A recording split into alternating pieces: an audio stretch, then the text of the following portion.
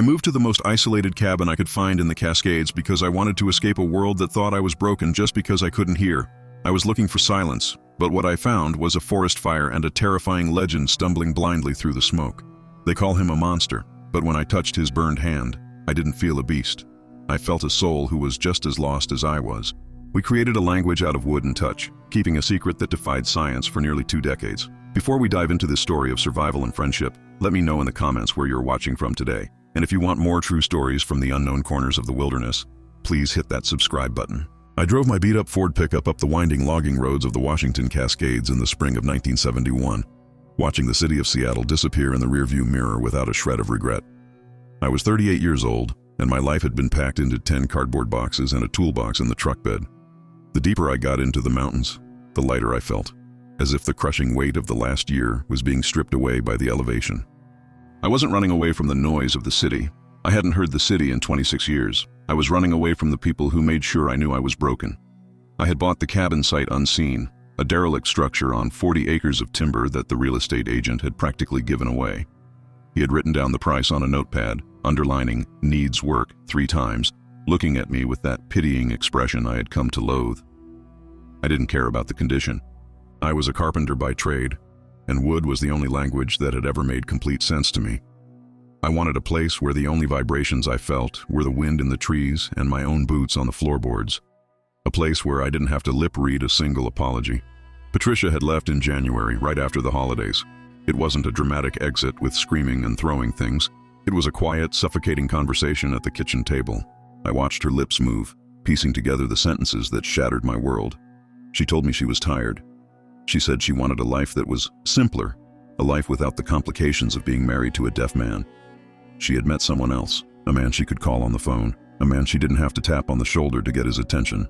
Her mouth formed the words, "I'm sorry," but her eyes looked relieved. I lost my hearing when I was 12 years old to a bout of meningitis that nearly killed me. One day I was listening to the radio, and the next I was waking up in a hospital bed to a silence that was absolute and terrifying. It wasn't just that the sound was gone. It was the isolation. I watched my parents mouth words I couldn't catch, saw kids at school laughing at jokes I couldn't hear.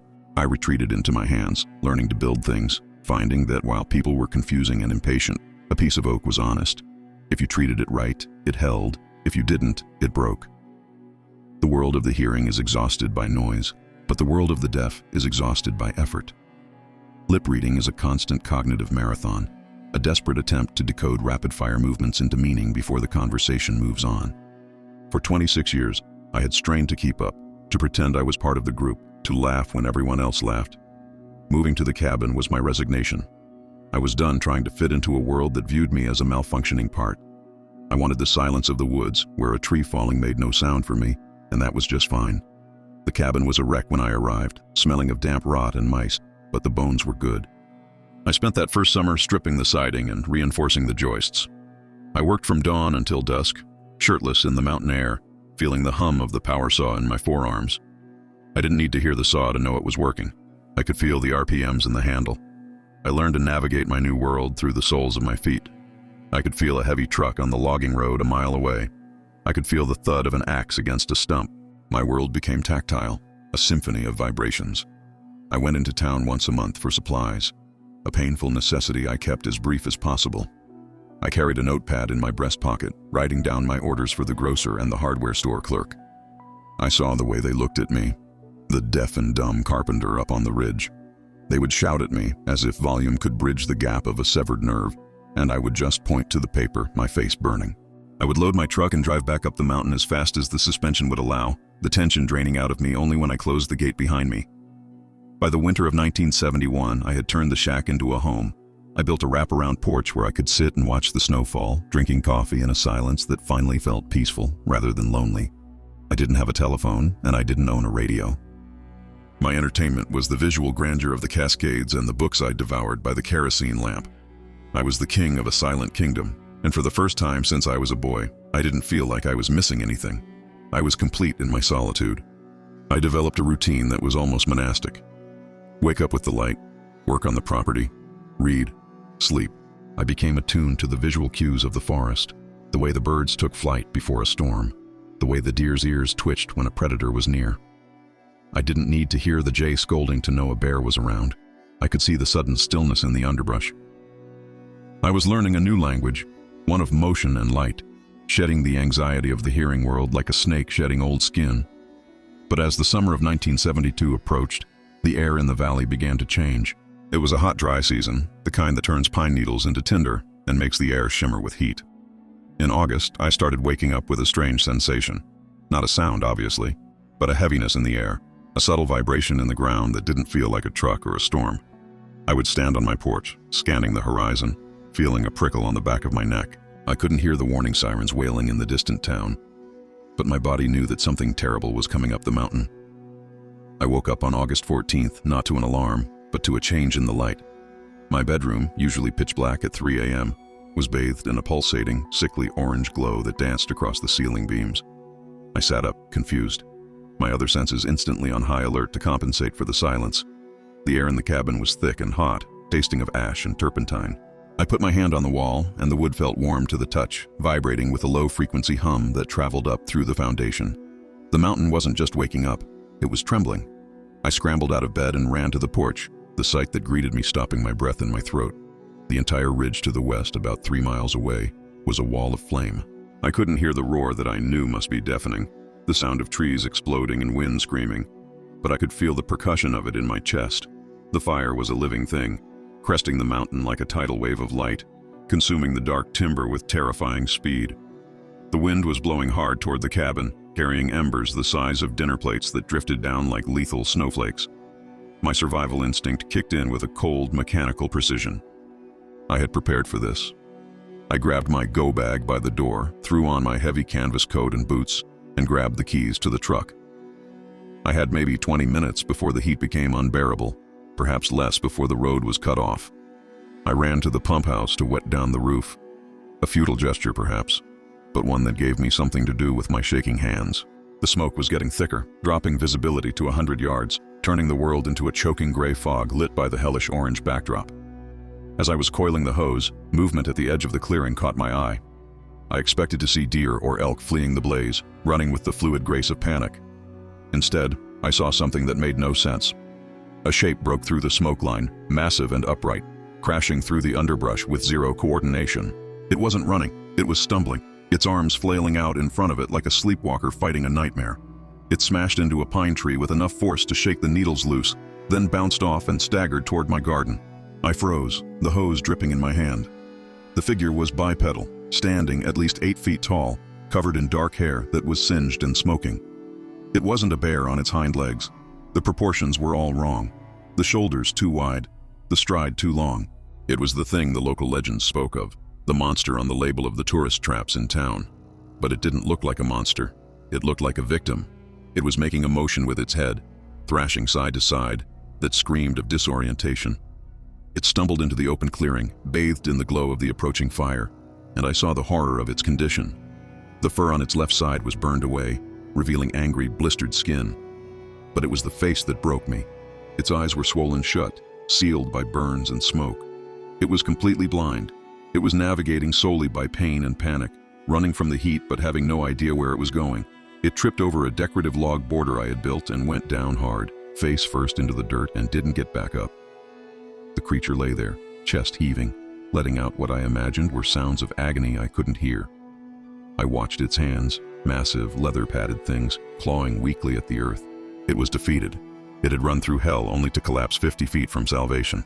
I stood by my truck, the engine block radiating the only safety I had left. I could leave. I should leave. I could drive down the mountain, tell the sheriff I saw a bear die in my yard, and never look back. The fire was getting closer. I could feel the radiant heat prickling my skin now, but I couldn't move toward the truck. I stared at the heaving dark mound in my garden. I knew what it was like to be trapped in a sensory void. I knew the terror of a world that didn't make sense, where you were cut off from the signals that kept everyone else safe.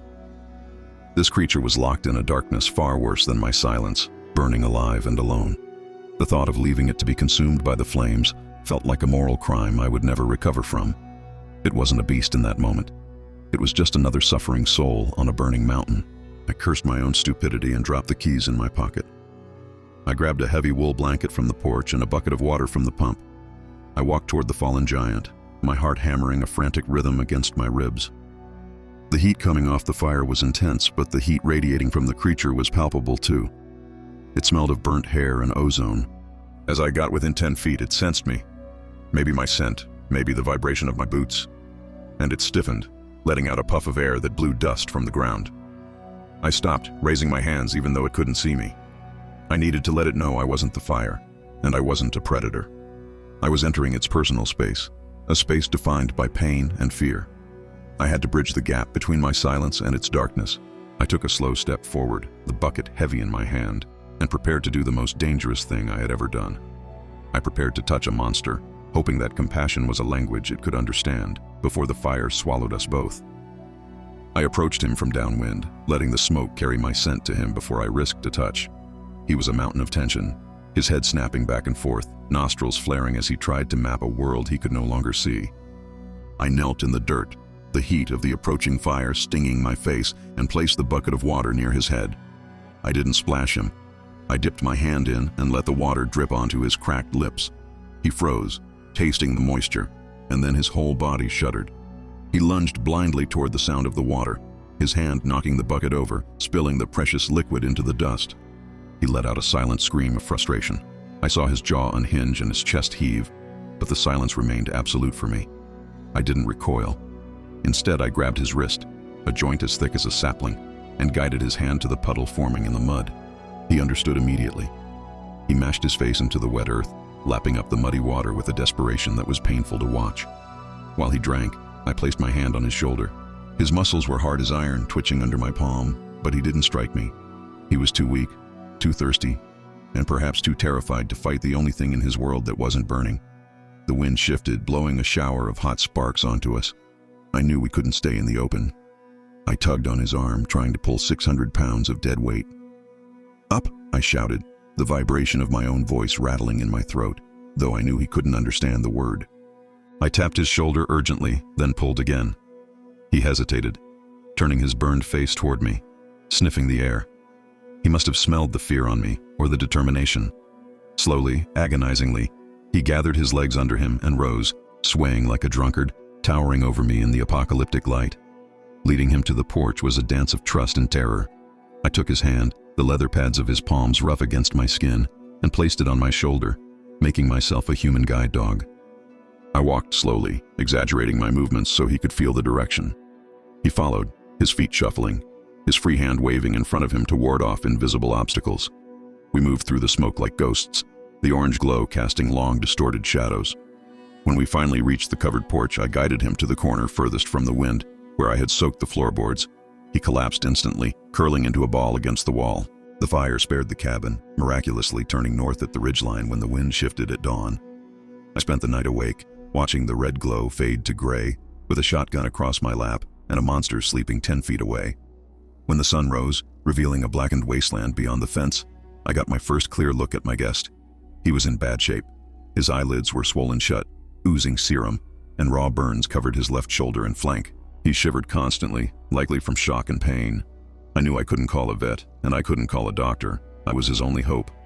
I went to my garden, which had survived the heat, and cut every stalk of aloe vera I had.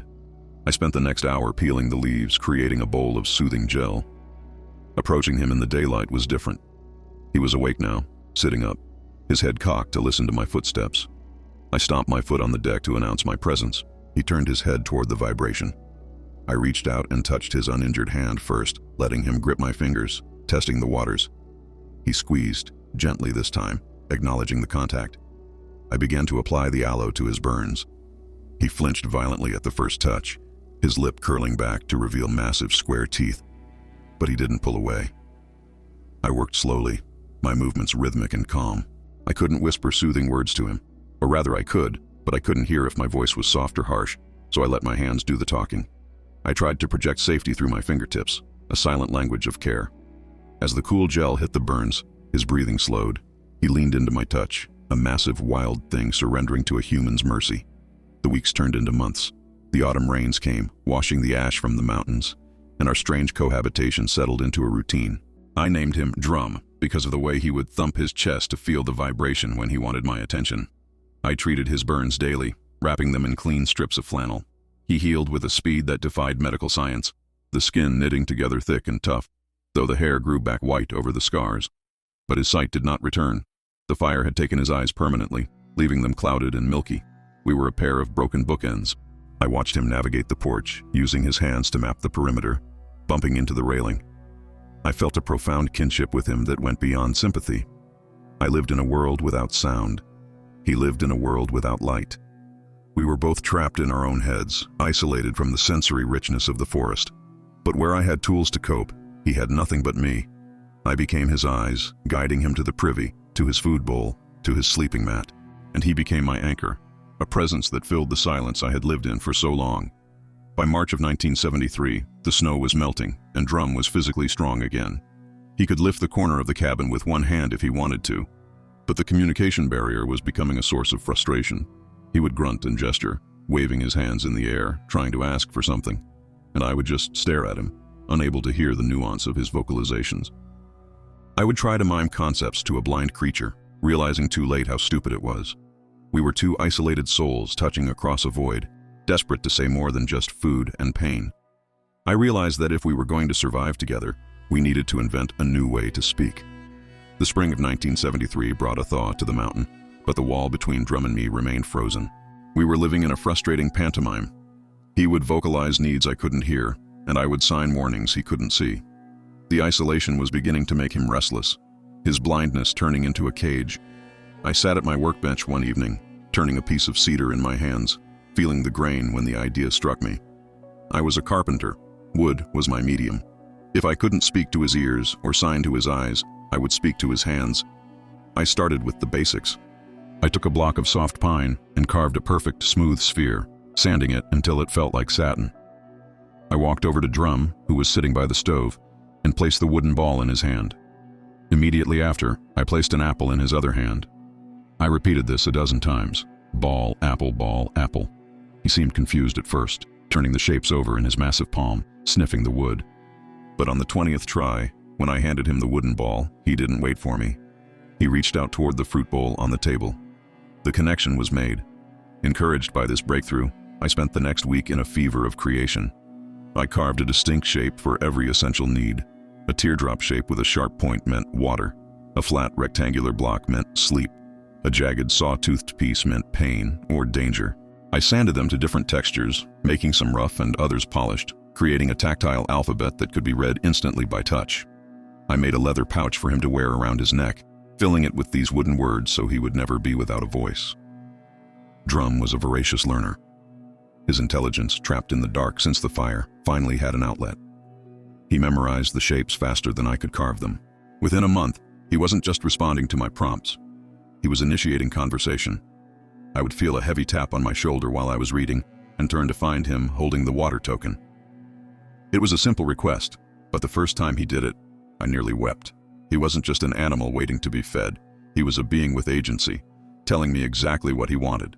We moved from nouns to adjectives, which required more creativity. I used materials to convey feeling. I glued a strip of soft rabbit fur to a wooden disc to represent friend or good. I glued coarse sandpaper to another to represent bad or angry. Drum took to these quickly, often clutching the friend token while we sat together in the evenings. It was his way of telling me he felt safe. We were building a bridge across the sensory void, plank by plank, token by token. As his vocabulary grew, so did the complexity of our interactions. He began to combine the tokens, laying them out in a line on the kitchen table to form primitive sentences. Food, followed by hot, meant he wanted stew, not raw vegetables. Sleep, followed by pain, meant his old burns were aching and he needed medicine. It was a clumsy, clacking language of wood on wood, but it was ours. I would watch his large, scarred fingers arrange his thoughts, amazed at the mind at work behind those clouded eyes. But communication is a two-way street, and I had to learn to listen to a creature that made sounds I couldn't hear. Since I couldn't rely on his vocalizations, I learned to read his body like a map. I discovered that I could gauge his mood by placing my hand on his back, between his shoulder blades. When he was content, he emitted a low-frequency rumble, a purr like a giant cat, that vibrated through his ribs and into my palm. It was a soothing, rhythmic thrum that told me he was happy. I learned to read the tension in his muscles as a warning system. If his trapezius muscles bunched up and became rock hard under my hand, I knew he sensed something outside, a bear, a storm, or a trespasser. If his breathing became shallow and rapid, I knew he was anxious or confused. I became a student of his physiology, learning that a certain twitch of his ear meant he was listening to a distant sound, or that a shifting of his weight meant he was bored. We were constantly touching, constantly checking in with each other's physical state. This constant physical contact broke down the last barriers of species and fear. In the world of the blind and the deaf, touch is the only truth. We spent hours just sitting on the porch, my hand on his shoulder, his hand on my knee, existing in a shared sensory loop. I would tap out rhythms on his arm to let him know I was there, and he would lean his massive weight against me. We weren't just a man and a beast anymore. We were a symbiotic organism, two incomplete halves joined to make a whole that could navigate the forest. By the winter of 1974, our silence was no longer empty. It was full of conversation. We argued over chores, him handing me the sleep token when I wanted him to move firewood, and we shared jokes, me hiding the food token, and him swatting me playfully when he found it. The cabin had become a sanctuary of understanding, a place where our disabilities canceled each other out. But as our world expanded inward, I began to realize that we couldn't stay in the cabin forever. Drum was healing, and he was getting restless. He wanted to go back into the woods, and for the first time, I felt ready to go with him. The years between 1974 and 1976 were the golden age of my life, a period of contentment so deep it felt like a dream. I had spent my 30s angry at the world for taking my hearing, and Drum had spent his life hiding from a world that wanted to kill him. But together, in that high-altitude sanctuary, we found a joy that was pure and uncomplicated. We woke up with the sun, not to the jarring alarm of a clock I couldn't hear, but to the natural rhythm of the light. I would tap Drum's shoulder to wake him, and he would stretch his massive arms, filling the cabin with a yawn I could feel in the floorboards. Our mornings began with a ritual walk, a patrol of our shared kingdom. It was a symbiotic procession. I walked slightly ahead, my hand resting on his forearm to guide him, while he kept his nose to the wind, reading the air for scents I would never detect. He was my radar, and I was his navigation system. If he stopped and stiffened, smelling a bear or a cougar, I stopped too. If I saw a loose rock or a fallen branch, I tapped his arm to signal a high step. We moved through the forest as a single six-legged creature, fluid and silent, ghosting through the trees with a grace that defied our individual brokenness. I began to narrate our walks, speaking aloud for the first time in years. I knew he couldn't understand the English words, and I couldn't hear my own voice to check the pitch, but it didn't matter. I would place his hand on my chest and describe the sunrise, the color of the Indian paintbrush blooming by the creek, or the way the mist clung to the valleys. He loved the vibration of my voice. He would close his milky eyes and lean in, absorbing the rumble of the words through his fingertips. To him, my voice wasn't information. It was music, a physical sensation that painted a picture in his mind. Our afternoons were spent working on the cabin and the land. I was a carpenter with a bad back, and he was a giant with the strength of a hydraulic press. It was the perfect partnership. I would guide his hands to a heavy cedar log, tapping the ends to show him where to lift. He would hoist beams that would have taken 3 men to move, holding them perfectly still while I nailed them into place. He learned the difference between a hammer and a pry bar by touch, handing me tools from my belt before I even reached for them. We repaired the roof, reinforced the porch, and built a new woodshed, working in a harmonious rhythm of sweat and sawdust. There was a profound sense of purpose in our labor. For the first time since losing my hearing, I felt useful, capable, and essential. And Drum, who had been reduced to a helpless victim by the fire, regained his dignity. He wasn't just a survivor, he was a provider. When he successfully pulled a stump out of the garden or stacked a cord of wood with geometric precision, he would do a little shimmy of excitement, waiting for my hand on his back to confirm, "Good job." We were rebuilding more than just a cabin. We were rebuilding our self-worth. Our evenings were the most sacred time. We would sit by the wood stove as the mountain air turned cold, the fire casting long, dancing shadows on the walls. This was our story time. I would open a book, usually Jack London or Twain, and read aloud. Drum would sit on the floor next to my chair, resting his heavy head against my thigh so he could feel the cadence of the story resonating through my leg. I read with exaggerated emotion, changing the tempo and intensity of the vibrations to match the action. He would huff during the exciting parts and sigh during the sad ones, perfectly in sync with the narrative arc he could only feel. It was during these quiet nights that I realized I had found something better than the marriage I had lost. There was no pretense with Drum, no exhaustion from trying to lip-read lies or decode passive-aggressive sighs. Our relationship was built on absolute, brutal honesty. If he was hungry, he handed me the token. If he was happy, he purred. If he was scared, he trembled. It was a relief to exist in a relationship where the communication was stripped of all its confusing human nuance. I was more connected to this creature than I had ever been to Patricia. We expanded our range, venturing further up the ridges as Drum's confidence grew. We found a hot spring about 4 miles out, a hidden pool of sulfur water that felt like heaven on our aching joints. We would soak there for hours, me watching the perimeter for intruders, him floating on his back with a look of bliss on his scarred face. In those moments, with the steam rising around us and the vast silence of the wilderness stretching for miles, I felt invincible. We had created a perfect closed loop of survival. I started keeping a journal during these years, documenting our language, his behavior, and our deepening bond. I wrote about how he organized his bedding, how he used a stick to clean his teeth, and how he would gently touch my face to check my expression. I wrote not for science, but to prove to myself that this was real. I knew that if anyone ever found out, they would call me crazy or call him a monster.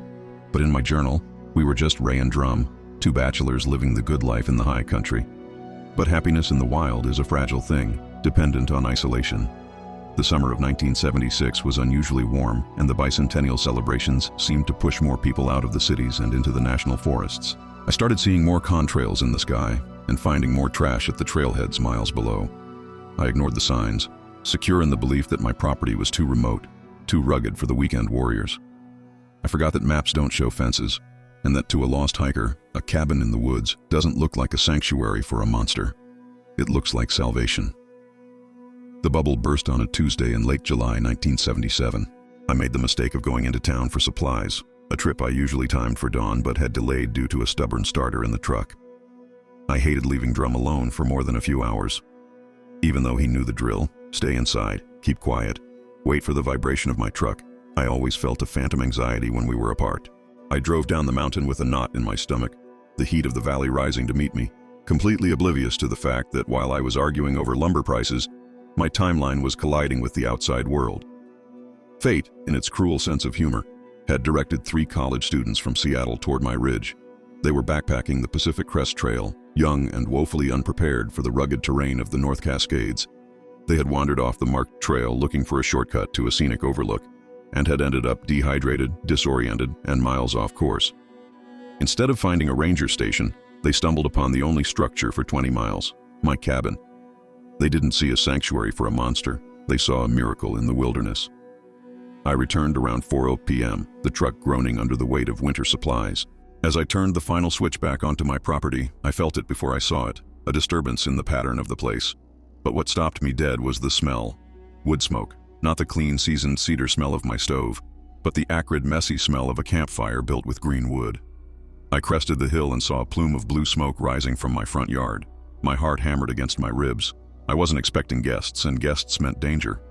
I parked the truck at the gate and approached on foot, keeping to the tree line to assess the threat. There, in the center of my clearing, was a bright yellow nylon tent that looked like a pimple on the landscape. 3 figures were slumped on my porch steps, 2 young men and a woman, looking exhausted and sunburned. They had a fire going in my pit and were drinking from my garden hose. They looked harmless enough, just kids in trouble. But to me, they were an invasion force. They were sitting 10 feet from the front door. The blood drained from my face when I realized the implications. Drum was inside. He was following protocol, likely huddled in the back room or under the kitchen table, clutching his wooden tokens. But he was blind, not deaf. He could smell them. He could feel the vibration of their footsteps on the porch planks. He would be terrified, confused why strangers were so close, and why I wasn't there to explain it. If one of those kids tried to open the door to look for a phone or food, they wouldn't find a grumpy hermit. They would find a 7-foot monster in a panic. I had to de-escalate this immediately. I stepped out of the woods, walking with a heavy, deliberate stride to announce my presence through the ground. The girl spotted me first and jumped up, waving her arms frantically. I could see her mouth moving. "Help! Hey, we're lost!" But I couldn't hear her desperation. I walked straight past them to the porch, placing my body firmly between them and the door. I put up a hand to stop their approach, my face hard and unwelcoming.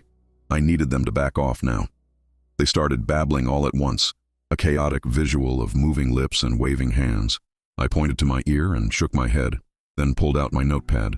I wrote in big block letters, "I am deaf. Stay back." The realization hit them, and their demeanor shifted from frantic to awkward. The tall boy took the pad and wrote, "We are lost. Out of water. Need help." I looked at the door behind me. I could feel a low vibration through the soles of my boots. a rhythmic thumping on the floorboards. Drum was pacing. I knew I couldn't just kick them out. They were in bad shape, lips cracked and skin flushed. But I couldn't let them inside either. I wrote back, "Stay by the fire. I will bring food and map." I unlocked the door, cracking it just enough to slip my body through, and quickly slammed it shut behind me, engaging the deadbolt. The cabin was dark, the curtains drawn tight. Drum was crouched in the corner of the kitchen, shivering violently. He smelled the strangers, and the scent of their fear was making him aggressive. I rushed to him, placing my hands on his shoulders.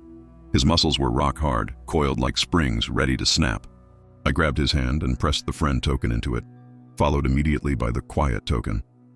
I placed my hand on his chest, letting him feel the slow, steady rhythm of my own breathing, trying to transfer my calm to him. "It's okay." I signed into his palm. "Just passing." He let out a long, shuddering huff, but he didn't relax. He kept his head turned toward the door, his blind eyes wide, listening to the muffled vibrations of the intruder's boots on the porch. I grabbed some bread, cheese, and a jug of water, then slipped back out, locking the door again. I handed the supplies to the hungry kids. I wrote on the pad, "I will drive you to the main road. Pack up." I couldn't have them camping here overnight. I needed them gone before Drum made a sound, before the wind shifted, before the fragile illusion of my solitude shattered completely. They looked relieved, thankful for the ride. I looked at the cabin one last time, praying Drum would stay silent for just one more hour. I didn't know it then, but the crack in the dam had already formed. For 2 weeks, I lived in a state of suffocating paranoia. I kept the curtains drawn and Drum inside, jumping at every shadow, knowing that secrets in a small town have a half-life of 0. I told myself the kids were just delirious from dehydration, that no one would believe 3 college students who claimed there was a Bigfoot in a deaf carpenter's cabin. But hope is a poor defense against reality. On August 12th, the gravel in my driveway crunched under tires again. This time, it wasn't a lost station wagon. It was a county sheriff's cruiser, a green state wildlife truck, and a sedan with Seattle Post Intelligencer stenciled on the door. I met them on the porch, crossing my arms to hide the shaking of my hands. The sheriff, a man named Miller whom I knew from my rare trips to town, looked uncomfortable. The wildlife officer looked eager, his hand resting near his holster. The journalist, a woman with sharp eyes and a notepad, looked like a predator smelling blood. Miller tipped his hat and began to speak, his lips moving slowly for my benefit. "Ray," he said, "we need to talk. Those kids, they said they saw something in your window, something big." My stomach dropped. I had underestimated their curiosity. While I was pulling the truck around that day, one of them must have crept up to the window and peered through a gap in the curtains. They hadn't just seen a shadow. They had seen a face. Miller continued, "They're saying you've got a wild animal locked up in there. Or worse. The wildlife department has jurisdiction if you're harboring dangerous game. We have a warrant to search the premises." He held up a piece of paper. It was over. The legal wall I had built around my life had just been breached. I looked at the 3 of them, then at the heavy wooden door behind me. If I refused, they would kick it down. The noise and violence would send Drum into a frenzy, and someone would get hurt, likely him. I couldn't let him be discovered as a monster during a raid. I had to introduce him as a person. I pulled out my notepad and wrote with a trembling hand, "Please put your guns away. He is frightened by strangers. He is blind. He is my friend." I handed the pad to Miller. Miller read it, his eyebrows shooting up. He passed it to the wildlife officer, whose aggressive stance softened into confusion. "Blind?" the officer mouthed. I nodded. I took the pad back and wrote furiously, pouring 5 years of secrets onto the page. I found him in the 72 fire. He was burned and blinded. I nursed him back to health. He cannot survive on his own. He is not a pet. He is a refugee. I underlined the last word twice. The journalist was scribbling frantically, realizing she had stumbled onto something far bigger than a Bigfoot sighting. I turned to the door and signaled for them to wait. I unlocked the deadbolt, the sound echoing like a gunshot in the tense air. I slipped inside, closing the door softly. The cabin smelled of cedar and fear. Drum was huddled in the corner, holding the danger token so tight his knuckles were white. He was trembling, a low whine building in his throat. I went to him kneeling on the floor and placed my hands on his face. I stroked his cheeks, feeling the rough scar tissue, trying to pour every ounce of reassurance I had into my fingertips. I pressed the friend token into his hand, then the walk token. He shook his head violently, backing into the wall. He knew walk meant outside, and outside meant the smell of strangers. I persisted, placing his hand on my shoulder, our travel position. I tapped his chest in a steady rhythm. "I am here. I am leading. Trust me. It took 5 agonizing minutes, but eventually the trembling slowed. He stood up, unfolding his full 7-foot height, and placed a heavy, reluctant hand on my shoulder. We were going to face the firing squad together. I opened the door wide, letting the afternoon light flood the cabin. The 3 visitors gasped in unison, stepping back involuntarily. Drum filled the doorway, a towering silhouette of dark fur and muscle. He looked terrifying, a primal nightmare from the Pleistocene era. But then he stepped into the light, and they saw the milky, unseeing eyes. They saw the jagged burn scars on his shoulder, and most importantly, they saw his hand resting gently on the shoulder of a deaf man, seeking guidance. The wildlife officer's hand dropped from his gun. The journalist stopped writing, her mouth hanging open. The sheriff just took off his hat and held it to his chest. Drum sniffed the air, his head turning toward the new scents, his body tense but controlled. I reached up and patted the hand on my shoulder, a casual, intimate gesture that defined our relationship better than any words could.